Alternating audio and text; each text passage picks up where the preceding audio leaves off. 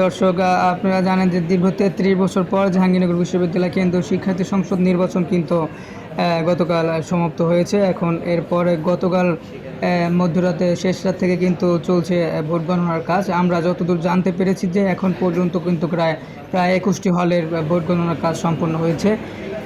এরপর ভোট গণনার কাজ ২১টি হলে সম্পন্ন হলেও এখন পর্যন্ত কিন্তু আনুষ্ঠানিকভাবে ফলাফল ঘোষণা করা হয়নি, যে বিষয়টি কিন্তু আমরা নির্বাচন কমিশন থেকে জানতে পেরেছি। দর্শক, আমরা জাকসু নির্বাচনের খবর জানাচ্ছিলাম জাকসু নির্বাচন কমিশন কার্যালয় থেকে।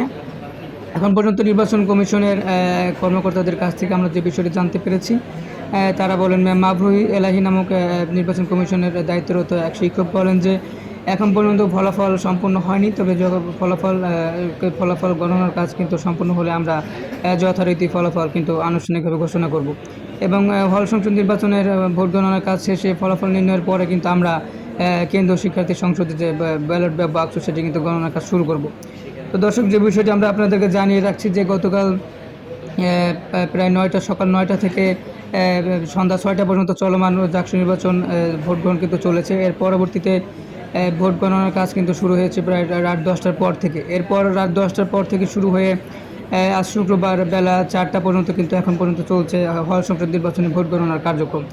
এর পরবর্তীতে আশা করা যায় যে কেন্দ্রীয় শিক্ষার্থী সংসদ নির্বাচনের কিন্তু ভোট গণনার কাজ শুরু হবে। এখন পর্যন্ত বলা যাচ্ছে না যে আসন্ন জাকসু নির্বাচনের ফলাফল কবে নাগাদ বা কখন আসলে প্রকাশ হতে পারে, এই বিষয়টি কিন্তু আমাদের কাছে এখন পর্যন্ত আমাদের যে জানার বাইরে রয়েছে।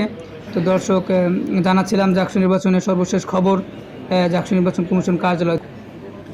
দর্শক, আরেকটি বিষয় কিন্তু জানিয়ে রাখি, গতকাল মধ্যরাতে ভোট গণনার এক পর্যায়ে কিন্তু মানসিক স্ট্রেসের কারণে কিন্তু স্ট্রোক করে চারুকলা বিভাগের একজন শিক্ষিকা স্ট্রোক করে মারা যান। সে বিষয়টি কিন্তু আমরা অত্যন্ত দুঃখ ভরে স্মরণ করছি।